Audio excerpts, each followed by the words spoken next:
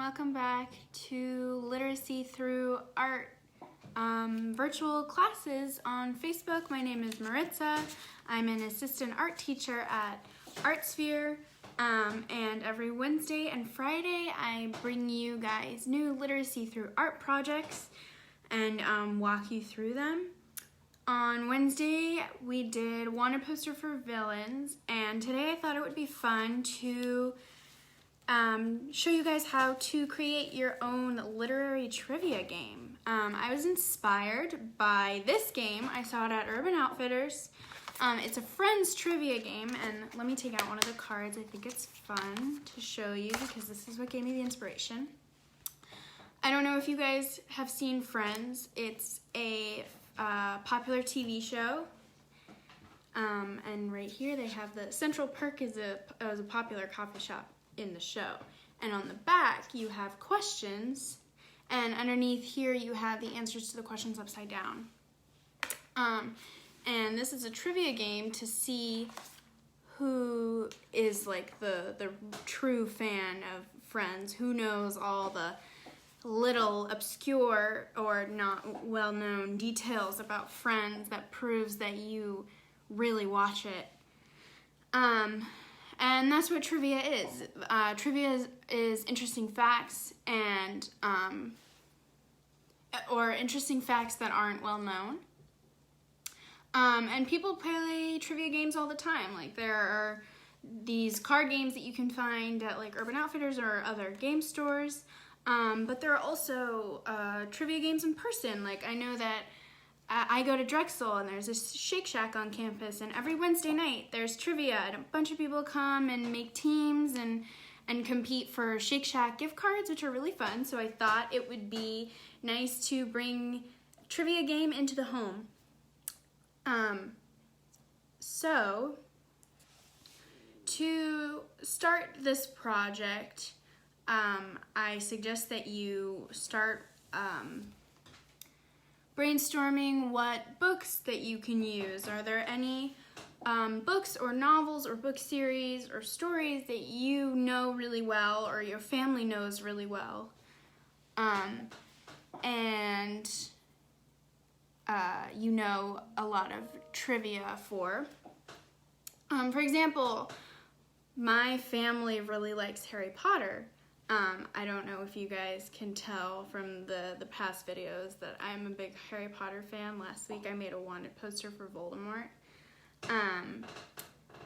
So I picked Harry Potter because that's something that I know a lot about and something that my family knows a lot about. So I thought it would be fun to make a trivia game so we can all play and see who gets the most points and who can claim #1 fan.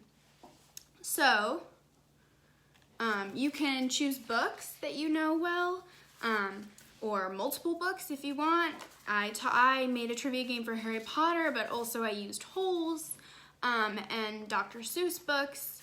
It doesn't have to be about one story or show like the Friends deck that I showed you. If it's easier to use multiple books, that's great.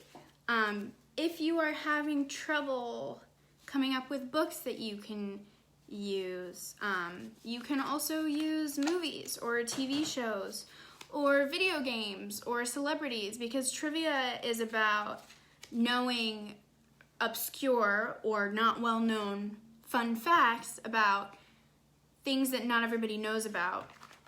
And it's about everything. It's not just about books, but since this is a Literacy Through Art class, I would love it if you guys picked books to use, at least one. And then you can use other shows and stuff where you might know more about.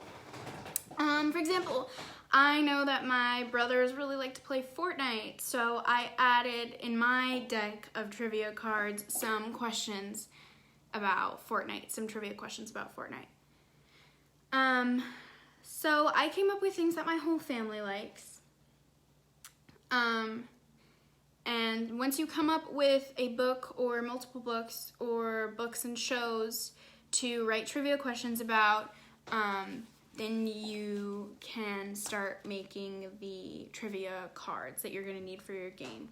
To make the cards, you are going to need something to draw with. Here's the spiral pencil cup that I made a couple of weeks ago.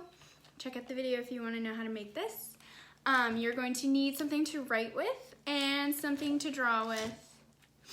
And you are also going to need index cards, which I used for my cards. You can see here I made a Dr. Seuss one, and here's some of my other cards. I'll show you them again later. But I used index cards. You can also, if you don't have a bunch of index cards lying around in your house, you can also just cut out paper and make them card-sized pieces. They're usually 4 by 6 inches, so you can measure it or just cut it out. It doesn't really matter.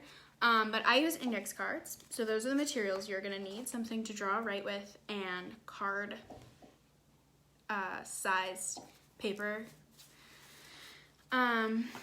And what I did for my cards, which I thought was fun, was take the front, the blank side of the index card, and decorate it according to the question that I have on the back. So I made a bunch of cards for Harry Potter because I'm a Harry Potter fan and I know a lot of little trivia about Harry Potter. But I thought, since I was using different books and video games and other media in my deck, that I should specify what book or show it belongs to on the front, like the Friends game does, Central Perk, so I know it's about Friends.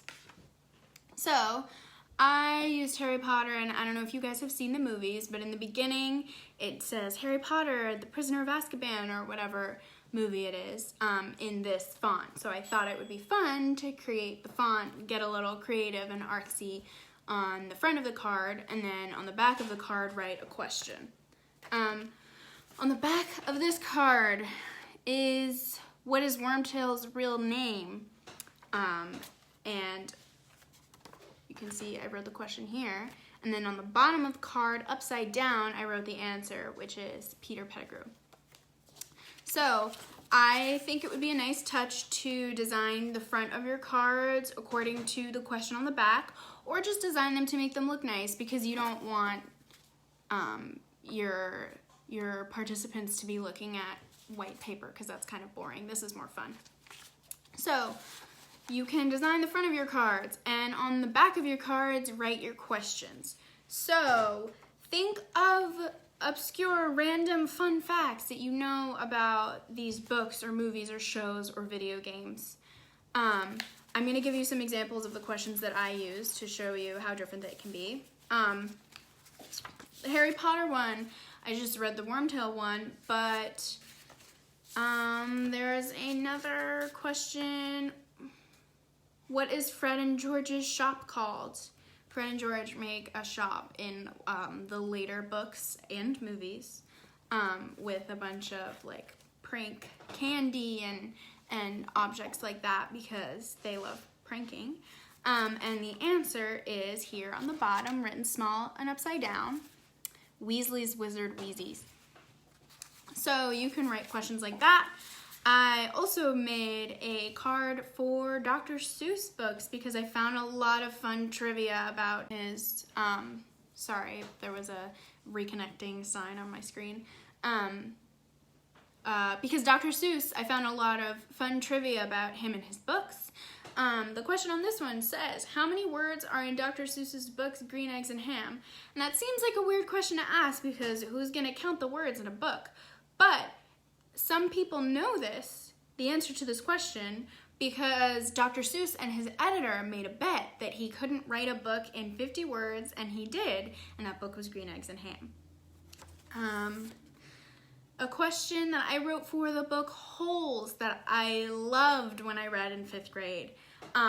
What is Zero's real name? He's a character in the book. And again, the answer is written small on the back, upside down, which is very important, so the answer just doesn't just jump out at you when you pull the question. And the answer is Hector Zeroni. And the last example that I'm going to show you guys is the one that I made of Fortnite for my brothers, because they love Fortnite. You can see here I used the font, the Fortnite font, which I thought was a fun addition.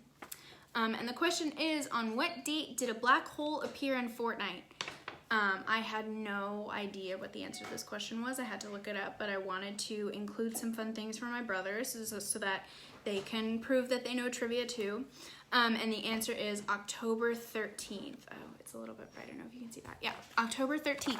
So those are the examples that I made for you guys. And I put them in a deck, and I'm going to make more, but I wanted to show you the ones that I already made so you guys kind of get an idea of how I designed my cards and what kind of questions I put on my cards, because those are the kind of questions that you want to put on your own. I hope you have a sense of what trivia questions can be. If you didn't know before, you can always ask me afterwards. You can comment below or on the blog or anywhere I post it, and I can, help you.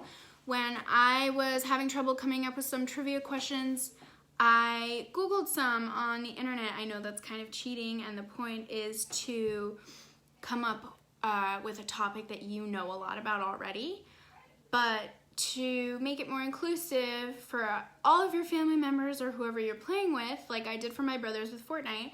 I don't know anything about Fortnite, so I looked up Fortnite trivia questions, and I found a lot of cool ones, and I learned a lot about Fortnite that I didn't know before, which was fun. So you can look up different trivia questions online if you get stuck after a while.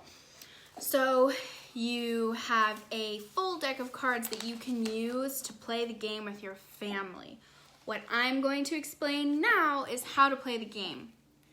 So you can play by yourself, which is why I'm telling you to write the questions on the back and then the answer upside down and small on the card. Oh my gosh, you can't see it. Yeah.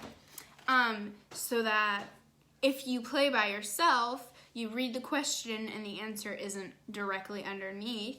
You can read the question, think about it, and then when you want to check to see if you're right, you can turn it upside down and look at the answer. So you can do that. You can also play with a group of people. I'm going to play later with my family. We have a family of 5. And to play with a group, I suggest that you play with 3 or more people. You can play with as many people as you want, but again, make sure it's a safe number of people since we're isolating. So I'm going to play with my family. You can also play over FaceTime if you want, but I suggest 3 or more people. For each game or round, one person is going to be the designated question asker. So you have your deck of cards, the ones that you made, the ones that are all pretty because you designed them. And you're going to have one designated question asker. That question asker pulls a card, holds it up, reads a question on the back, and the people who are the answerers, they try to guess the question correctly. This is kind of a competitive game. You're trying to compete for points, and how you get points is gathering the cards. So when you get a question right, you keep a card. And you keep the cards with you until the end of the game, and then at the end of the game, you count up the cards, and whoever has the most cards or whoever answered the most questions wins the game, and they are the true trivia king or queen. So that's how you get points. Since the game is competitive, the question asker pulls a card, asks the question, and then the person who thinks that they know the answer first says it as quickly as possible to get it out first. If they're correct, you give them the card and pull the next one, answer the next question, and repeat the instructions I just did until you're done playing the game or you've gone through your entire pile of cards. But if the person is right, if the person's answer is correct, you give them the card. If they are not correct, you read the question again, and the other people playing have another chance to answer the question correctly. So the next person who thinks they know the answer will say it. And if they're right, then they get the card. If not, same rules apply. And if you have guessed an answer incorrectly already, you may not answer a question again until everybody else has had a turn to guess. That's kind of just how it seems fair to me. Of course, this is your game, so you can play it how you want, but those are the rules that I suggest you use just to give everybody a chance. And then you can play until you're tired or you run out of cards. So it's more fun if you make more cards, because then you can play more and you can play again. So make as many cards as you can. And again, you can use the internet and look up like Harry Potter trivia questions or Fortnite trivia questions to help you if you run out of your own facts or trivia that you came up with on your own. So again, there's one question asker and the other people are the answerers. They're competing for points. Each card is a point. You can get a card when you answer the question correctly. The instructions to the game will also be posted on ArtSphere's blog, along with the instructions for making the cards and making the trivia questions and the materials and other things that you'll need. I'm also going to post pictures of the cards that I made on the blog. This video will also be posted on the Facebook page and on our YouTube channel. I hope that you guys enjoyed. I don't have any more instructions. Just want to show you again the cards that I made for Harry Potter. I thought it was really fun using the font, looking up the font that they use in the movies and making that on my cards. It really grabs attention and it's much more fun than just a blank white card. Here's the Fortnite one. You can also draw pictures, that's totally okay. You can design it however you want. It can be a rainbow, it doesn't have to be related to the question on the back, but I think it's more fun and gets your creative juices flowing if you decorate them. Here's the Dr. Seuss one. And holes, you can see I used a little shovel, so get creative with it, get creative with your questions. And I hope you play with your families or your friends over FaceTime, and I hope you share your cards with me. I would love to see what you guys have come up with. You can share on the blog, you can share on the Facebook page, you can message us. Thank you guys for tuning in. I hope you enjoy, and tune in again on Wednesday at 1:30 for the next class. Have a good weekend, guys.